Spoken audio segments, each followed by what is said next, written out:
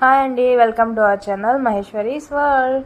ఇవాళ మన వీడియోలో కరివేపాకు కారం ఎలా చేయాలో చూద్దాము.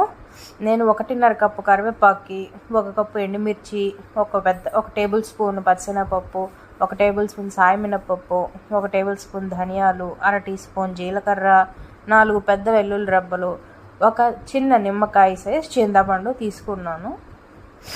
అదండి. ఇప్పుడు మనం పొయ్యి మీద పెనం పెట్టి అందులో ఒక half teaspoon edible oil వేసి ఈ పప్పులన్నీ వేయించుకుందాము.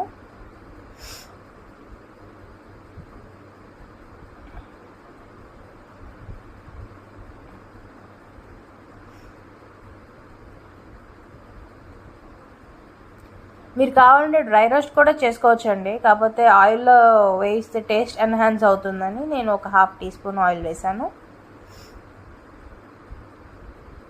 అలాగే ధనియాలు జీలకర్ర కూడా ఈ పప్పులతో పాటు వేయించేసుకుందాం.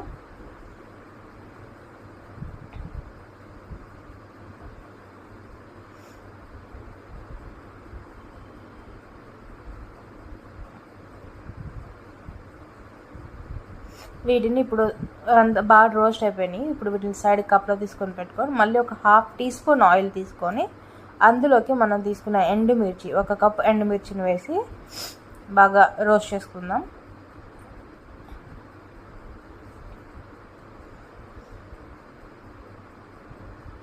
అందులోకే చింతపండు కూడా వేసి రోస్ట్ అయిపోయినాక అవి కూడా ఒక సైడ్ కప్లోకి తీసుకొని పెట్టుకుందాం. ఇప్పుడు మళ్ళీ ఒక హాఫ్ టీ స్పూన్ ఆయిల్ వేసి కరివేపాకు వేసుకొని రోస్ట్ చేసుకుందాం. ఇదే రోస్టింగ్లో లాస్ట్ స్టెప్ అండి.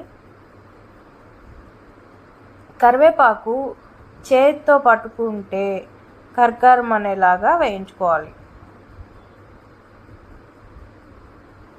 ఇప్పుడు ఈ పప్పుల్ని, ఎండుమిర్చిని మీకు తగినంత ఉప్పు వేసుకొని మిక్సీ పట్టండి. నేనైతే కల్లులుప్పు వాడుతున్నాను, మీరు సాల్ట్ అయినా వాడచ్చు. అలా కచ్చపచ్చగా వేసుకున్న పప్పులోకి మనం ఇప్పుడు వేయించి పెట్టుకున్న కరివేపాకును కూడా యాడ్ చేసుకొని ఒక్క పల్స్ తిప్పితే చాలండి. మరీ మెత్తగా ఇట్లా తిప్పనక్కర్లేదు, కొంచెం కచ్చపచ్చగా తిప్పుకున్నా కూడా బాగుంటుంది.